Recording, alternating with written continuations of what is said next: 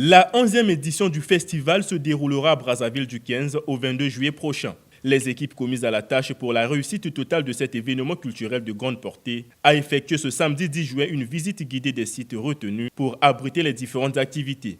Du stade Alphonse Massamba Deba à l'esplanade de Kombo, en passant par le terrain Segna Mayanga, le musée de Mpila et l'espace des logements sociaux de Kintele, cette équipe conduite par la ministre de l'Industrie culturelle, artistique, touristique et des loisirs a eu pour objectif d'évaluer techniquement l'évolution des travaux enclenchés dans ces sites.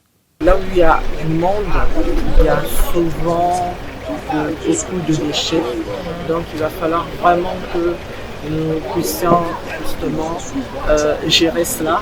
On suppose qu'on a une idée nette vers là où on va partir et nous aurons une réunion technique avec tous les services, n'est-ce pas, et qui vont faire leurs propositions schématiques.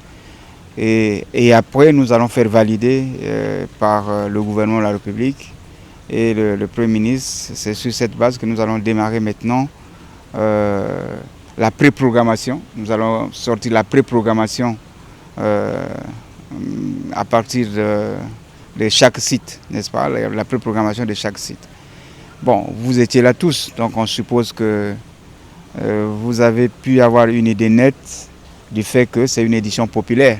Voilà, et s'étend du nord au sud de Brazzaville. Au menu de ce rendez-vous musical, des spectacles en plein air et en salle, un symposium, un marché de la musique africaine, une exposition d'instruments traditionnels de la musique africaine et bien d'autres programmes.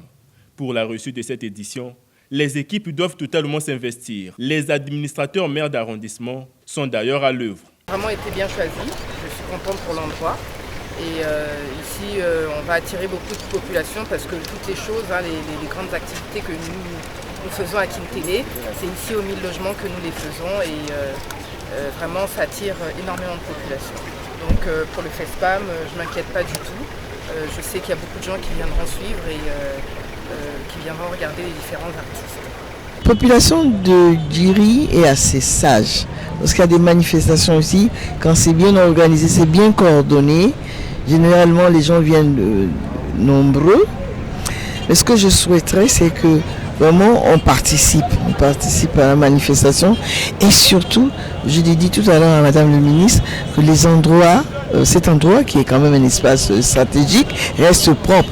Cette 11e édition va offrir l'occasion aux spectateurs et mélomanes en particulier de revisiter l'histoire de la rumba congolaise depuis sa création jusqu'à sa consécration au patrimoine mondial de l'UNESCO.